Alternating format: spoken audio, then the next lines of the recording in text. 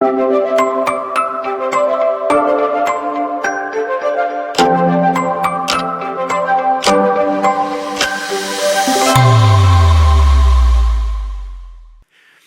말씀은 우리에게 되게 친숙한 말씀이죠. 요한복음 3장 16절. 하나님이 세상을 이처럼 사랑하사 독생자를 주셨으니 이는 그를 믿는 자마다 멸망치 않고 영생을 얻게 하려 하심이라. 보통 이 모태 신앙이거나 어린 시절부터 교회를 다니면 이 교회 학교에서 수도 없이 듣는 것 중에 하나가 바로 이 구절이에요. 아마 창세기 1장 1절 태초에 하나님이 천지를 창조하시니라는 이 구절과 함께 성경에서 가장 유명한 구절이 아닐까 하는 생각이 듭니다. 이 말씀이 힘이 있고 우리 크리스천들 마음 가운데 살아 숨쉬는 이유는요, 성경이 우리에게 말하고자 하는 분명한 진리이자 하나님께서 우리에게 향하신 숨은 의도가 분명히 이 말씀 가운데 있기 때문입니다. 예수님께서는요, 오늘 요한복음 3장에서 니고데모라는 사람과 함께 대화를 나누십니다. 이 니고데모는 사내들인 공회의 일원이었거든요. 이 사내들인 공회는 고대 근동 시도에 유대교회에서 가장 높은 권위를 가진 종교 및 사법기관이었어요. 또한 이 로마 제국 치하에서 유대인 사회의 주요 사법 및 행정기관 역할까지 했습니다. 이는 유대인의 사회에서 정치, 경제, 그리고 이 사회, 종교, 그리고 법적 문제까지 다루는 의결기관이었다라는 것이에요. 이 말은 무슨 말이냐면 사실상 유대 민족의 최고 권력이라는 거예요. 정점에 있는 집단이다라는 것이죠. 이 사내들인 공회는 71명의 의원으로 구성되어 있는데 대제사장이나 바리새인이나 사두개파, 율법학자들, 그리고 장로들로 이렇게 구성되어 있어요. 우리가 잘 알고 있는 그 예수님을 죽이려고 했던 사건들을 주도한 사람들이 바로 이 사내들인 공회 사람들이죠. 바로 그 사람 중에 한 사람인 니고데모라는 사람, 이 사람과 예수님께서 나눈 대화인 것입니다. 그러니까 이 니고데모는 사실 사회적 지위가 굉장히 높은 사람이었어요. 그래서 그는 자신의 위치 때문에 밤에 예수님을 찾아와서 예수님께 질문할 수밖에 없었던 것입니다. 랍비요, 우리는 당신이 하나님께로부터 오신 선생님이라는 것을 알고 있습니다. 하나님께서 하시지 않으신다면 선생님이 하신 그런 표적들을 아무도 행할 수 없기 때문입니다 라고 말하면서 예수님에 대한 관심과 함께 예수님께서 메시아적 인물이라는 것을 인정하는 듯하게 이야기하고 있어요. 실제로 예수님께서는요, 이 소경을 눈을 뜨게 한 사건이 있었고 또 많은 사람들을 고치신 사건들이 있었죠. 특별히 소경이라는 것은 그 당시 소경을 눈을 뜨게 했다라는 것은요, 유대인과 그 사회에서는 아주 신성한 기적으로 일으켰어요. 그러니까 어떤 사람이 병이 낫고 어떤 사람이 문제가 해결되고 이런 것과 같은 수준의 역사가 아니라 소경의 눈을 떴다라는 것은 신성적 기적으로 신만이 할 수 있는 한 가지 기적이라고 이야기하는 것이죠. 그러니까 마치 이 소경을 눈을 뜨게 했다라는 것은 메시아 인증, 메시아 검증서와 같은 거예요. 그런데 우리 예수님께서는 소경의 눈만 뜨게 하셨습니까? 죽은 나사로도 살리시지 않으셨습니까? 당시 유대 사회에 이미 파다하게 예수 그리스도에 대한 기적의 소문들이 엄청 퍼졌을 거예요. 그러나 사내들인 공회도 그렇고 니고데모도 그렇고 실제로 메시아로 예수 그리스도를 인정하지 않았습니다. 그 이유는 그가 예수님을 부르는 호칭을 보면 알 수 있죠. 랍비라든지 선생님이라는 표현을 쓰고 있는 것을 볼 때 아직까지 그 니고데모의 마음 가운데 선이 존재했다라는 거예요. 그래서 오늘 예수님께서는 본문과 같이 말씀하신 것입니다. 11절과 12절입니다. 시작.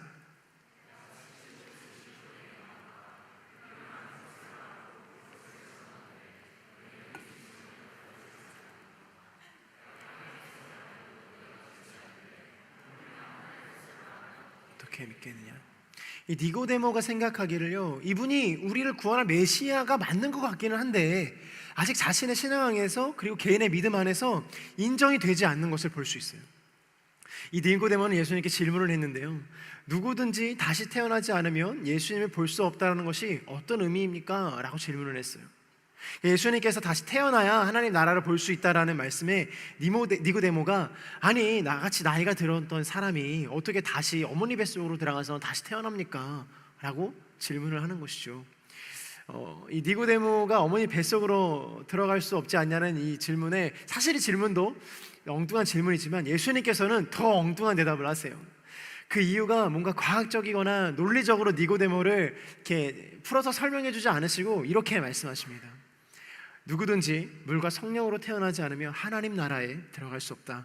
육체에서 난 것은 육체이고 성령으로 난 것은 영이다. 바람은 불고 싶은 대로 분다.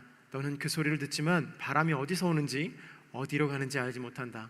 성령으로 태어난 사람도 모두 이와 같다라고 말씀하세요. 사실 이 말은 거듭나야 한다라는 말씀이죠. 거듭난다라는 말은 다시 한번 태어난 후에 예수 그리스도를 믿음으로 그 사고와 삶의 행동과 이 생활 방식들이 완전히 예수님께 초점되어지는 거예요. 더 나아가서 예수 그리스도를 주라 시인하고 구원을 얻는 과정이기도 해요. 예수님을 사랑한다라고 이야기하면서 그 예수님을 내가 믿는다고 이야기하면서 예수님을 사랑하는 모양과 예수님을 믿는 모양이 없다면 예수님을 사랑하거나 예수님을 따르는 사람이 아닌 거예요. 내가 아무리 사랑하는 사람들에게 사랑한다라고 이야기를 많이 하지만 그 어떤 사랑의 표직도 보이지 않으면서 사랑을 한다라고 이야기할 수 없는 것이에요. 그래서 우리는 거듭나야 된다라고 이야기하는 것입니다. 처음 태어난 것은 우리의 뜻대로 태어난 것이 아니지만 다시 하나님의 안에서 예수 그리스도 안에서 예수 그리스도에게 사랑으로 말미암아 다시금 구원의 역사 가운데로 나아가야 되는 것이에요. 즉 다시 태어나는 것은 생물학적으로 태어나는 것이 아니라 온전하고 완전하게 십자가를 인정하고 중요합니다. 순복하는 것을 의미하는 거예요. 이 순복이라는 단어는요 굉장히 의미가 있는 단어인데요, 완전히 그 명령 앞에 엎드리는 것, 완전히 그 말 앞에 순종하는 것을 이야기해요. 다른 어떠한 것도 토를 달지 않는 거예요. 다른 어떠한 것도 이야기하거나 내세우지 않는 거예요. 거듭나게 되면 하나님의 나라를 보게 되고 또 그곳으로 가게 되는데, 오늘 성경에서는 이 거듭남의 전제 조건이 물과 성령이라고 이야기하고 있습니다. 물은 세례를 의미하죠.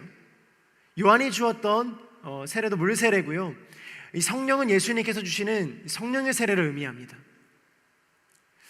성령의 세례가 다소 이해하기가 어렵고 실제로 보이지도 않기 때문에 우리가 어려워하는 부분들이 있습니다. 지금도 그러지 않습니까? 성령을 주십시오라고 이야기하지만 성령을 받았는지 안 받았는지 헷갈릴 때, 내가 기도를 열심히 하는 것 같은데 이 기도 열심히 하는 게 내가 뭐 기분이 좋아서 하는 건지, 아니면 오늘 좀 기도가 되네? 약간 이게 성령에 충만한 건지 우리는 잘 모르지 않습니까? 성령에 충만한 판가름하기가 쉽지 않습니다. 성경을 읽어도, 찬양을 불러도, 예배를 드려도, 기도를 해도 나의 삶의 변화가 아무런 변화가 없을 때 우리는 성령이 충만하지 않다라고 이야기하죠. 우리도 지금 이 니고데모와 같은 상황인 것이에요. 보고도 믿지 못하는 것이죠. 할렐루야. 오늘 여러분들의 마음 가운데 성령이 충만한 줄로 믿습니다. 그러시면서 예수님께서 기가 막힌 비유를 통해서 이 성령을 가르쳐 주세요. 성령은 바람과도 같아서 이 바람의 소리는 들리지만 이 바람이 어디서 불어오는지 그리고 어디로 가는지 모르는 것과 같다라고 말씀하세요. 우리 가운데 성령이 있는지 없는지 눈으로 확인할 방법은 없지만, 그것을 증명할 방법은 없지만, 이 세상에 바람이 불듯 우리의 마음 가운데 성령이 찾아오신다라는 거예요. 언제요?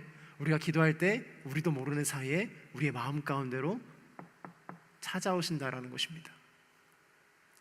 이것과 유사한 일이 있는데 이 구약시대입니다. 바로 오늘 본문에서 이야기하는 모세의 노뱀 사건인데요, 14절과 15절을 보도록 하겠습니다. 시작.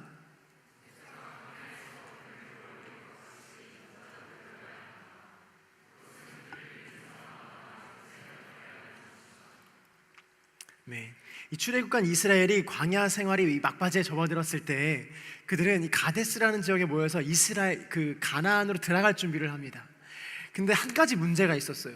이 가데스 바네아에서 가나안으로 가는 지름길은 에돔을 지나는 길이었거든요. 그래서 이 모세가 사람을 보내서 에돔 왕에게 우리가 이 지름길로 가고 싶으니 우리가 좀 지나가게 해달라. 좌로나 우로나 치우치지 않고 가는 길에 밭이나 포도원에도 들리지 않겠다. 그리고 혹시라도 가다가 우리의 가축들이 물을 먹으면 그 물에 대한 비용도 지불하겠다라고 이야기하면서 모세가 에돔 왕에게 이야기를 해요. 근데 에돔 왕이 이 말을 딱 잘라 이야기해요. 안 된다고 이야기합니다. 그러면서 더 충격적인 것은 그 앞에 사람을 보내어서 어디로도 들어올 수 없게 막아버리는 것이죠. 에돔 왕의 입장에서 보면 너무나 당연한 이야기일 수 있겠어요. 다른 사람이 나라를 통과해서 나간다는 게 사실 말이나 됩니까? 불가능한 일이죠.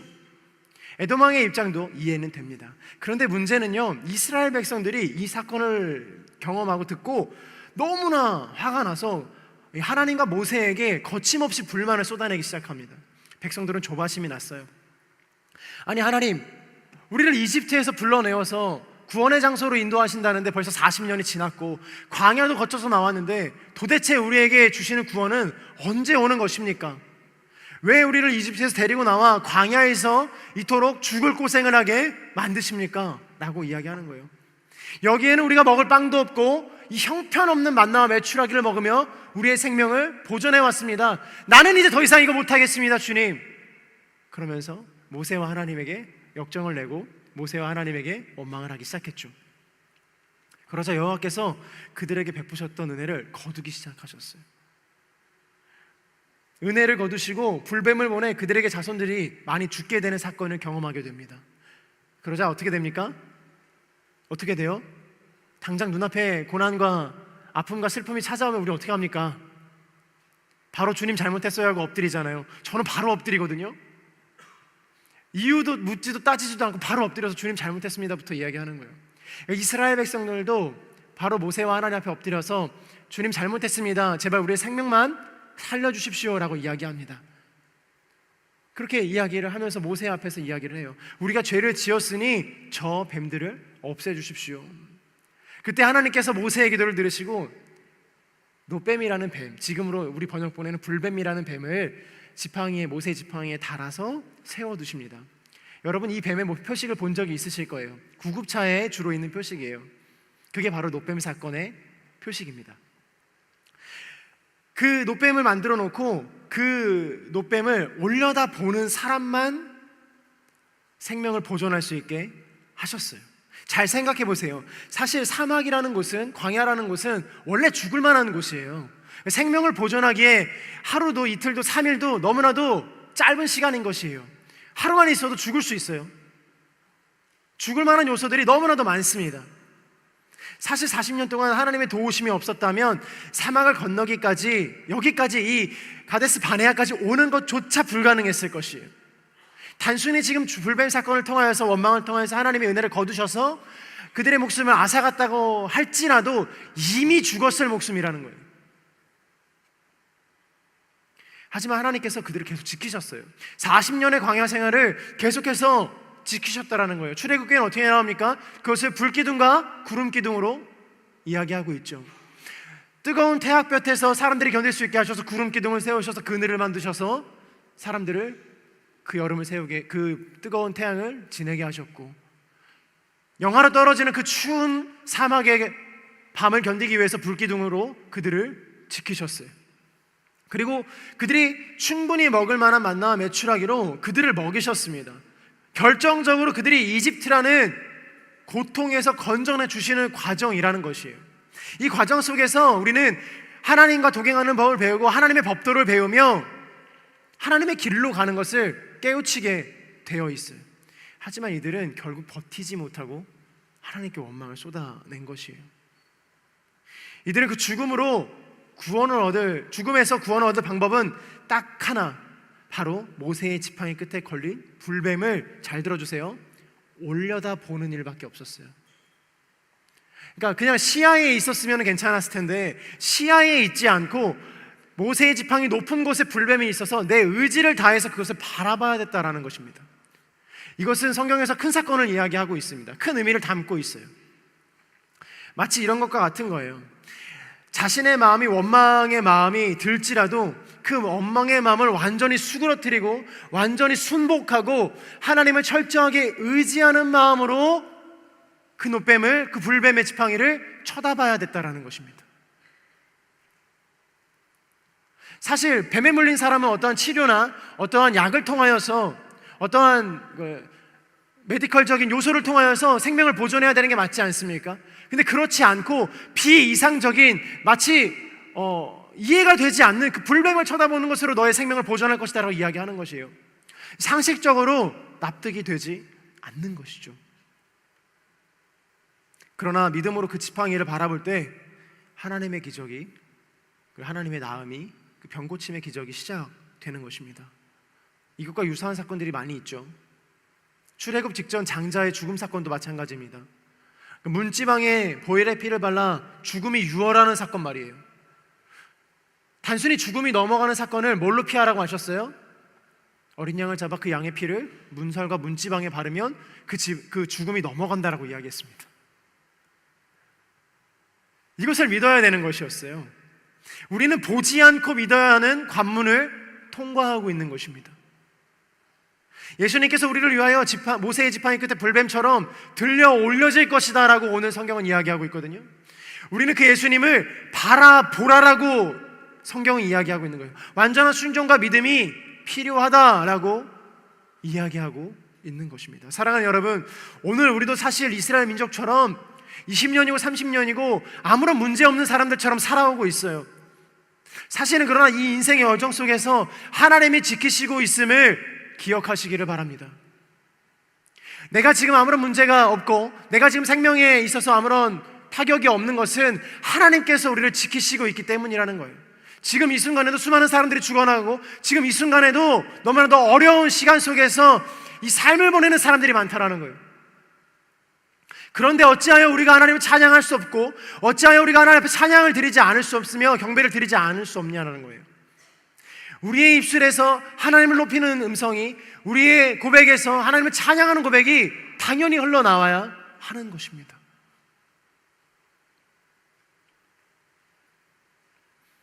그러나 우린 연약한 우리들이기 때문에 예수님 앞에서 불만을 토로하기도 해요. 믿음이 없는 사람처럼 행동하기도 합니다. 그때에도 주님께서는 우리를 지키고 계세요. 하지만 이따금씩 하나님의 존재를 잃어버릴 때쯤 우리는 우리의 삶의 고난이나 어려움에 직면하여 결국에 마지막에 가서 하나님을 다시금 떠올리게 됩니다. 그리고 그제서야 주님 앞에 회개하며 돌아오게 되는 것이죠. 이것이 우리 인생과 신앙에서 꼭 나쁜 것만은 아니지만 이제는 이 신앙에서 더욱 성장하여서 강건해져서 하나님과 늘 동행하며 주님께 우리의 인생을 완전히 내어드리는 저와 여러분이 되시기를 축복합니다. 노뱀을 봐야지만 생명을 얻는 것이지만 사실은 노뱀을 보지 않고 주님을 원망하지 않고 돌아가지만 그 길을 주님과 함께 동행하여 따라갈 수 있었어요. 주님과 동행하는 것이 너무나도 어렵죠. 주님을 바라보는 것도 힘들고 주님을 믿는 것도 힘든 일입니다.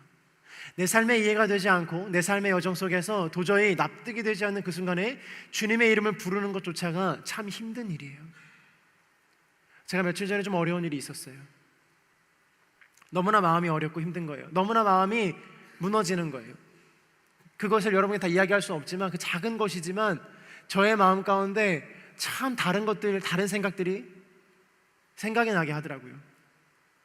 그런데 오늘 기도를 하고 오늘 찬양을 하다가 그의 나라와 먼저 의를 구하라는 주님의 음성이 들렸어요. 하나님께서 저의 마음 가운데 말씀해 주신 것이죠. 하나님은 참 느닷없으세요. 하나님은 참 뜬금없으세요. 주님, 내 마음이 무겁습니다. 주님, 내 마음이 어렵습니다 라고 이야기했는데 주님은 그의 나라와 의를 구하라고 말씀하시는 거예요. 오늘 니고데모의 말씀도 마찬가지인 거예요.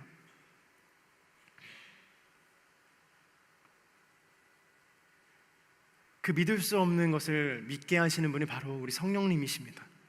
그 성령께서 오늘 우리 예배 가운데 역사하고 계시는 줄로 믿습니다. 두세 사람 모인 곳에 성령이 계시고 그 성령께서 우리를 위하여 일하시고 계시는 줄로 믿습니다. 니고데모의 모습처럼 우리는 여전히 주를 의심하고 또 의심하고 주님께서 우리에게 이미 많은 것들을 보여주셨음에도 불구하고 그리고 주를 믿기만 하면 영생을 주시겠다라는 말씀도 우리는 때로는 별것 아닌 것처럼 여기는 것은 아닌지 돌아보아야 합니다. 그런데 감사한 것은요, 우리가 정말 그 믿음이 없었다면, 의심하는 믿음조차 없었다면 이미 예수님 떠났을 거예요. 이미 예수님이라는 존재조차 우리의 마음속에, 우리의 생각 속에 있지 않았다면 우린 여기 오지 않았을 거예요. 하나님께서 응답하지 않으시지만, 하나님께서 말씀하지 않으시지만 내가 이 자리 가운데 있는 이유는요, 그래도 하나님께서 응답하실 것이라는 작은 믿음의 확신이 있기 때문 아니겠습니까? 오늘 그 믿음 가운데 하나님께서 찾아오시고 성령께서 역사해 주실 것입니다. 니고데모도 메시아라는 것이 의심이 되긴 하지만 결국에는 그 늦은 밤에 예수님을 찾아와 예수님께 질문을 한 거예요. 니고데모도 그리고 우리에게도 작고 연약한 믿음이 있다라는 거예요. 성경에 이러한 사람이 한 사람 더 등장하는데 누군지 아세요? 바로 도마입니다. 도마는 12 제자 중에 한 사람이었어요. 그리고 12 제자로서 예수님의 사역 가운데 동행하며 예수님 옆에서 예수님을 보고 들은 사람이죠. 근데 예수님에 대한 믿음이 완전하지는 않았던 사람이었어요. 하나님도 좋고 예수님도 좋은데 결정적인 믿음의 순간 앞에서 믿지 못하는 사람이었다라는 것이에요. 이것이 도마의 믿음 상태였습니다. 그는 자신의 생각이 굉장히 옳다라는 아집이 있었어요. 고집이 있었어요. 내 것이 맞다라는 생각들이 그를 지배했어요. 예수님께서 부활하셔서 제자들의 집에 있을 때 문이 닫히고 예수님께서 어떻게 하셨어요? 그 문을 통과해 오셔서 제자들에게 너에게 평강이 있을 것이다 라고 말씀해 주셨어요. 그리고 나서 어떤 일이 일어난 줄 아세요? 요한복음에 보면 다시 8일 동안 그 예수님께서 문을 뚫고 들어오신 사건을 제자들끼리 이야기하며 토론하고 토의합니다. 누구 와요? 도마 와요. 그 자리에 도마가 없었거든요. 도마는 믿어지지가 않는 거예요. 아니 어떻게 예수님이 문을 통과해서 들어오셨다라는 건가? 아니 예수님이 다시 살아나신 것도 믿기 힘든데 문을 통과해 들어오셨다고? 지금 너희들이 있는 이 공간에? 믿을 수 없었어요. 그런데 놀라운 것은요, 예수님께서 8일이 지난 후에 그 일을 한 번 더 하세요. 제자들이 모여서 또 이야기를 나누고 있을 때 문을 통과하여 들어오셔서 너에게 평안이 있을지어다 라고 인사하시면서 도마를 부르세요. 도마가 매우 놀라죠. 도마야, 부르셔서 내 손을 만져보아라 라고 이야기하세요. 손에 남긴 못자국과 너의 손을 나의 가슴 속에 넣어보아라 라고 말씀하시죠. 예수님은 이 사건을 반복하실 필요가 없으셨어요. 이미 한 번 오셨기 때문에, 이미 한 번 그 사건을 이적을 행하셨기 때문에 다시금 할 필요가 없었는데도 불구하고 딱 한 사람, 믿지 않는 한 사람, 도마 때문에 다시 그 사건을 반복하세요. 번거롭게 다시 오셔서 똑같은 기적을 일으키신 것이죠. 요한복음 20장 27절 말씀을 함께 보도록 하겠습니다. 시작.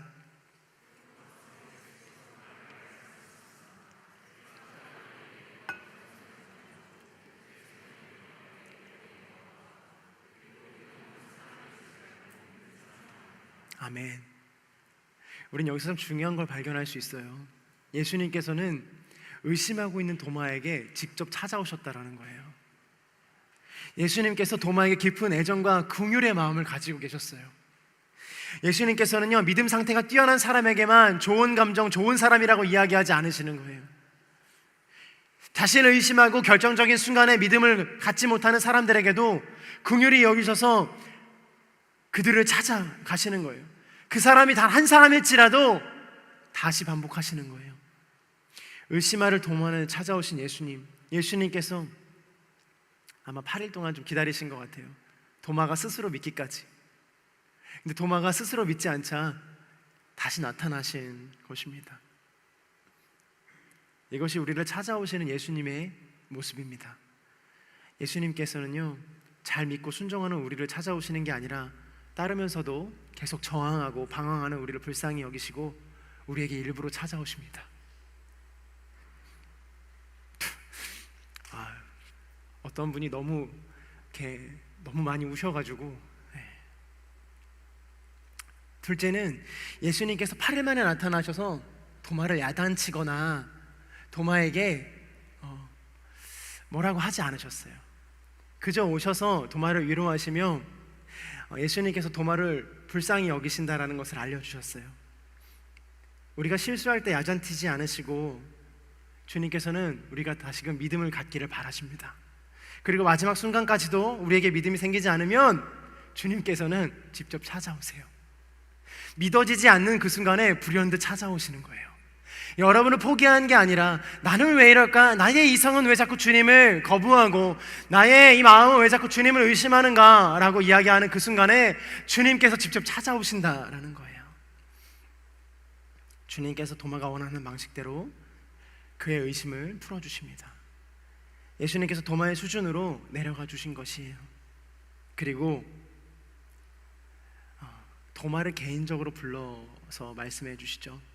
너의 손가락을 내 손에 있는 못자국에 넣어보고 너의 손을 창에 찔린 나의 옆구리에 넣어보아라 라고 말씀하십니다. 예수님께서는 믿음이 없는 도마를 이해하시고 그가 바라는 대로 모든 것을 친절하게 행해주세요. 이게 예수님의 사랑이었어요. 그런 믿음이 없는 사람들에게 오늘 주님께서는 다시금 사랑의 언약을 주시고 계시는 것이죠. 오늘 본문 15절과 16절입니다. 함께 봉독해 보도록 하겠습니다. 시작.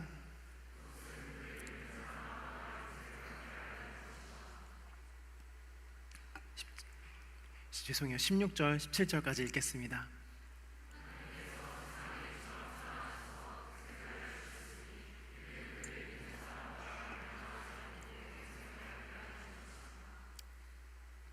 (17절) 17절까지 읽을까요? 없어요? 네, 알겠습니다. 할렐루야. 네.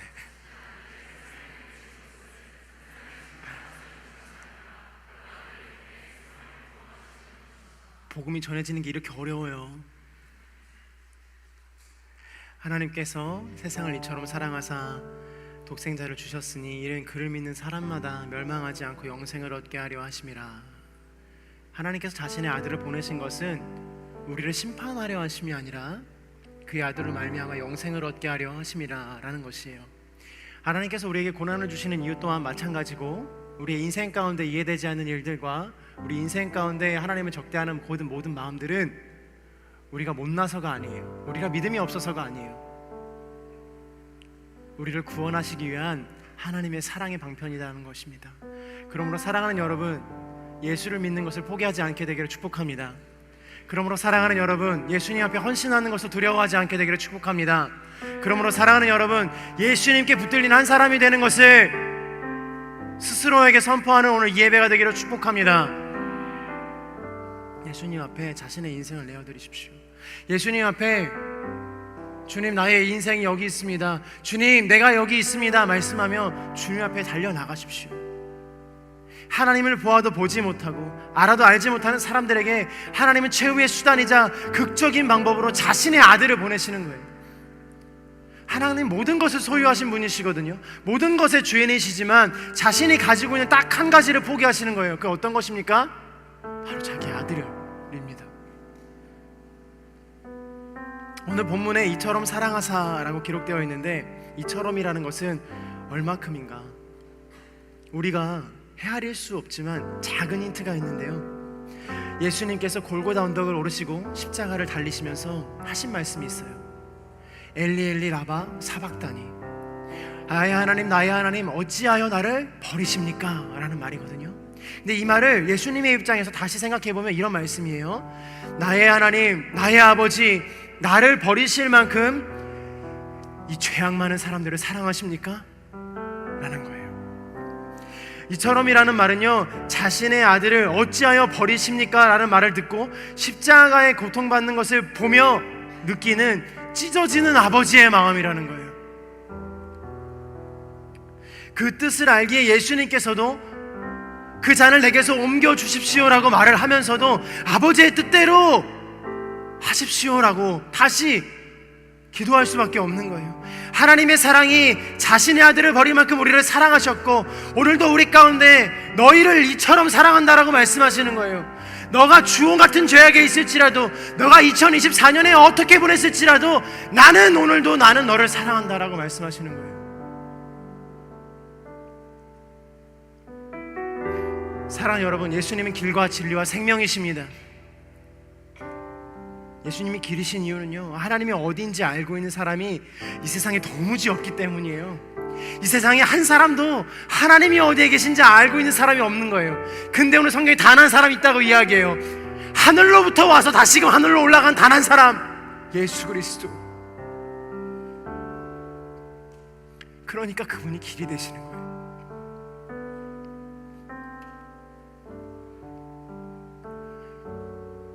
그분은 우리의 진리가 되십니다. 변하지 않는 한 가지 그 사랑의 진리가 되셔서 우리를 생명으로 이끌어 주시는 것이죠. 사망에서 생명으로 나아가는 유일한 방법, 예수 그리스도이십니다. 빛으로 오신 예수님이 우리에게 오실 수밖에 없는 이유가 되는 것이죠. 사랑하는 여러분, 잘 기억해 주세요. 하나님의 숨은 의도는 오히려 숨겨지지 않는 빛과 같고, 하나님의 뜻과 마음은 아무도 모르는 것 같지만 이미 모든 사람이 알 수 있도록 이 세상 가운데 남겨두신 예수님의 사랑으로 우리는 하나님께 나아갈 수 있는 것입니다. 이 2024년의 마지막 예배, 52번째 이 마지막 예배 가운데 예수 그리스도를 주라 시인하는 저와 여러분이 되기를 축복합니다. 50번째 예배, 49번째 예배, 30번째 예배, 20번째 예배, 그리고 1년을 다짐했던 첫 번째 예배, 그 마음이 지금까지 온전하지 않아도 괜찮아요. 우리는 새해를 준비하면서, 그리고 연말을 맞이하면서 다시금 다짐하는 것들이 참 많습니다. 공부도 열심히 해야지, 회사도 가야지, 나의 인생을 이렇게 저렇게 돌봐봐야지, 그리고 우리의 인생 가운데 다시금 하나님을 믿어봐야지라는 결단도 하죠. 근데 시련이 찾아오고 낭망함이 찾아오고 무너지는 마음 가운데 늘 첫 번째로 포기하는 건 예수님을 따라봐야지라는 마음인 것 같아요. 사랑하는 여러분, 오늘 2024년의 이 마지막 예배 가운데 복음이 완전히 우리를 변화시키는 은혜가 있게 되기를 축복합니다. 무너졌던 다시금, 무너졌던 모든 것들이 복음으로 말미암아 다시금 세워지는 역사가 있게 하여 주옵소서. 이 마지막 2024년의 예배를 사랑하는 여러분, 주님께 마음껏 올려드렸으면 좋겠습니다. 그래서 오늘 이 시간 예배하고 기도할 텐데 길지 않아요. 20분 정도밖에 되지 않을 거예요. 깁니까? 아니요, 길지 않습니다. 하나님의 이름을 부르기에도 부족한 시간일 거예요. 여러분들의 마음을 주님 앞에 내어놓기에도 부족한 시간일 거예요. 이 시간 전심으로 한번 같이 기도할 때 눈을 감고 이렇게 기도하십시다. 사랑하는 주님, 연약한 믿음일지라도 우리를 사랑하셔서 그의 아들 독생자를 주셨으니 오늘 내가 그 이름을 믿는 은혜가 있게 하여 주옵소서. 주님을 만나는 은혜가 있게 하여 주옵소서. 주여 한번 외치며 기도하며 나아가십시다. 주여.